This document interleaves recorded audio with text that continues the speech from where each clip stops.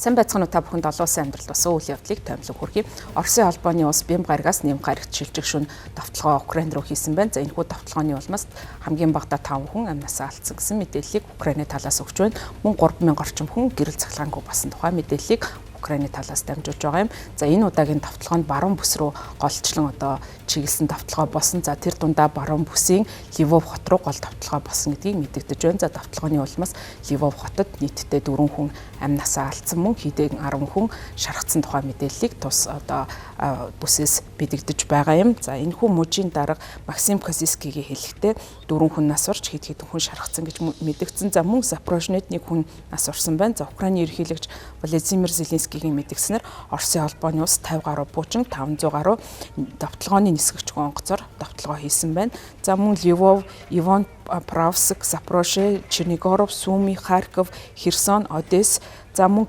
Кировград зэрэг хотууд руу далавчид буучин болон шахаад нэртэй нисгэгчгүй онгоц кинжал буужингаар давталсан гэдгийг Украины ерөнхийлөгч мэдгдсэн. Оросын холбооны улсын харин батлан хамгаалахын яам Украинд хийсэн давталгааны талаар мэдэгдэхдээ Украины зэвсэг түвчин болон дэд бүтцийн объектуудад томоохон хэмжээний цохилтыг амжилттай өгсөн гэж мэдэгдэж байгаа. Нисгэгчгүй онгоц болон агаарын бөмбөгтөлтийн улмаас орон сууцны барилгууд сүйдэж Запорожье болон түүний ойр орчмын дүүрэгт 3000 орчим өрх цахилгаангүй болсон байна. Энэхүү нэм гарагт болсон давталгаа нь Украины Шосткагийн төмөр замын буудалд бям гарагт болсон томоохон давталгааны дараа болсон юм. За Оросын холбооны улс одоогийн байдлаар Украины газар нутгийн 5.1 орчим, за тэр дундаа 2014 онд өөртөө нэгтгэсэн Кримийн хогийг хяналтандаа байлгаж байгаа. За Америкийн нэгдсэн улсын зүгээс Украинтай холбоотой энэхүү дайн байлдааны үйл ажиллагааг зогсоох зорилгоор жуулчлалын дипломат ажиллагаа явуулахыг зорж байгаа. За одоогийн байдлаар Америкийн нэгдсэн улсын ерөнхийлөгч Дональд Трампыг хүссэн шиг талууд ширээний ард уулзаж тухайн асуудлаар тохиролцоонд хүрэх боломж бол харагдахгүй байна. За үүнтэй холбогдуулан өнгөрсөн 7 хоногт Америкийн нэгдсэн улсаас Украины асуудал эрхэлсэн тусгай эрхч болох Кит Келлог Fox News телевизэд мэдээлэл өгсөн байна. За тэрээр хэлэхдээ Украиныг Оросын нутаг дэвсгэрийн гүнд рүү цохилт өгөхийг Америкийн нэгдсэн улс дэмжинэ гэж мэдгдсэн байна.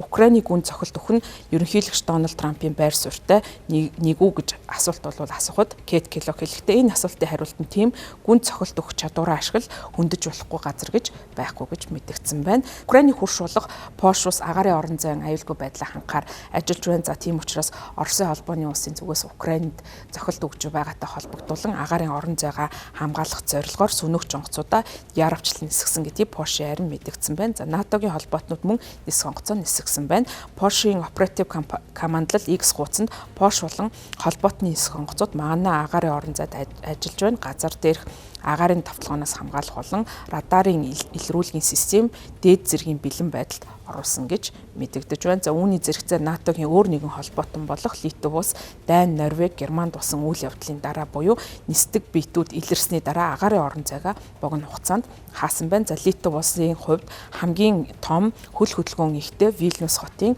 нисэх онгоцны буудлынхаа нислэгийг хэдэн цагийн туршид зогсоож нэм гаригийн 4:45 орчимд болвол тухайн нислэгийг сэргээсэн байна. Нисэх онгоцны буудлын операторын мэдгдснээр Вильнюс хотын нисэх онгоцны буудлын руу чиглэсэн олон тооны биетүүд хөргсөн. За үүнтэй холбоотойгоор нислэгийг түр зогсоож нислэгийн цагийг өөрчлөх болсон тухай мэдээллийг хийж байна. Сүүлийн үед Оросын холбооны улс Украинд давталгаагаа эрчимжүүлж байгаа. За мөн НАТОгийн орнуудын агаарын хил хязгаарыг зөрчих болсон. За үүнтэй холбоотойгоор НАТОгийн орнууд агаарын орон зайд хамгаалтаа бэхжүүлж ажиллаж байна. За энэ нь бол цаашдаа Украин болон энэхүү Оросын холбооны улсын хооронд өрнөж байгаа тэмцэл магадгүй НАТОгийн орнуудаар хүрээгээ тэлж улмаар бол илүү Европын аюулгүй байдалд хөрл учруулах ийм асуудал болж болзошгүй гэж үзэхэд хүргэж байгаа юм. За Америкийн нэгдсэн улсын зүгээс суучлал хийхийг оролдож байгаа. За гэвч бол өнөөгийн байдлаар үр дүнд хүрэхгүй байна. За энэ дайныг зогсоох талаар Америкийн нэгдсэн улсын ерөнхийлөгч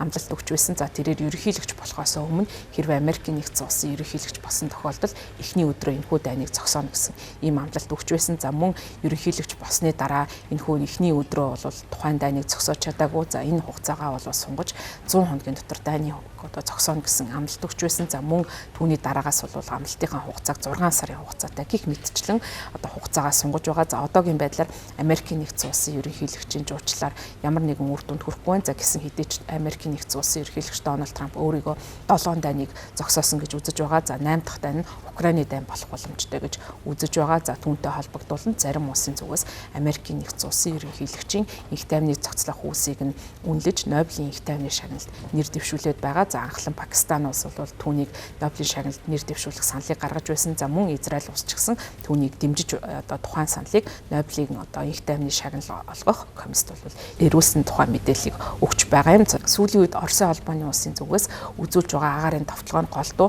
Бямбас нэм гарагийн шүн одоо шилжих шүн бол болдог юм онцлогтой болж байна. За үүний дараагаас эхлээд Украины зүгээс бол тухайн товтлогооны үед бол олон нийтэд анхааруулгын тохио өгдөг. За мөн олон нийт бол тухайн товтлогоотой холбогдуулан нуугдах байранд хорогдож байгаа. За гэсэн хэдий ч бол хохирол одоо үзүүлсэн хэвээр байгаа юм. За Оросын холбооны улсын энэхүү одоо товтлогоотой холбоотойгоор Украины ерөнхийлөгч Оросын холбооны улсын үйлдэлд бол итгэхгүй байгаагаа уриалж байгаа. За мөн НАТОгийн холбоотнуудыг илүү хатуу хориг аргамж авахыг уриалж байгаа юм. За түүн дотроо Оросын холбооны улсын нефтийн бүтээгдэхүүнийг авахгүй байх уриалгыг Зеленский ерөнхийлөгчийн зүгээс дэвшүүлж байгаа. За үүнийг нь бол Америкийн нэгдсэн улсын ерөнхийлөгч Дональд Трамп мөн дэмжиж байгаа. За энэ утгаараа Америкийн нэгдсэн улсын олон жилийн холбоотон гэж яригдж байсан энтгэг улсыг Оросын холбооны улсаас нефтийн бүтээгдэхүүн авдаг. За үүнтэй холбоотойгоор татвар ногдуулж татвараар далаалах бодлогыг хэрэгжүүлж байгаамаа.